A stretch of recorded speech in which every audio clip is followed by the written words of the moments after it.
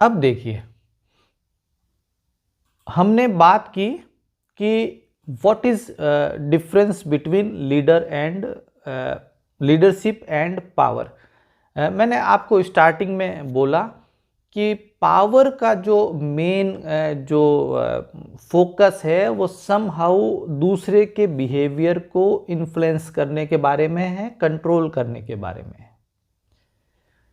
लेकिन जब लीडरशिप की बात आती है तो कुछ इम्पोर्टेंट जो क्राइटेरियाज हैं, जिसमें है एक तो डेफिनेटली इंस्पायर करना, इन्फ्लुएंस करना है अदर्स को।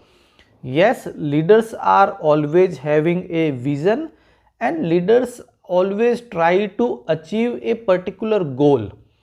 तो जो कुछ कीवर्ड निकलते हैं वो हैं goal achievement and inspiring the followers. Yes, definitely they influence followers also. Leaders power को यूज करते हैं गोल अचीवमेंट के लिए, और समहाउ जो मेन फोकस है वो गोल है लीडर्स का,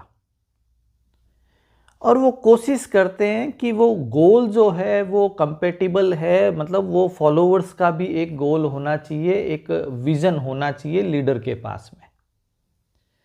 लेकिन पावर के केस में ऐसा नहीं है। पावर का जो मेन फोकस है वो गोल नहीं है, वो है कि आप कैसे दूसरे का बिहेवियर बस इन्फ्लुएंस कर दें और उसको आप अपने कंट्रोल में ले लें। दूसरी चीज है डायरेक्शन। हमेशा लीडर के साथ में दो चीजें आएंगी, एक लीडर और एक फॉलोवर। और फॉलोवर जो है वो हायरार्की में हमेशा लीडर से एक स्टेप नीचे होगा, और जो लीडरशिप का डायरेक्शन होता है वो फ्रॉम टॉप टू बॉटम की तरफ होता है, या अप टू डाउन की तरफ होता है। लेकिन इन केस ऑफ पावर ऐसा कुछ भी नहीं है। पावर का मेन फंक्शन है कि आपको दूसरे के बिहेवियर को इन्फ्लुएंस करना है।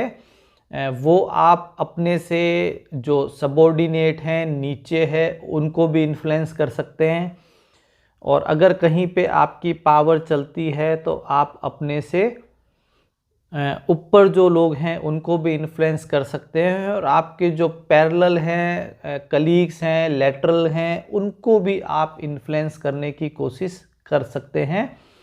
तो पावर के केस में ऐसा नहीं है कि उसका डायरेक्शन जो है वो अप टू डाउनवर्ड डायरेक्शन में होता है, ऐसा नहीं है। वो पावर तो जहाँ चलनी है वहाँ पे उसको चलाया जाएगा, उसका कोई डायरेक्शन फिक्स नहीं है।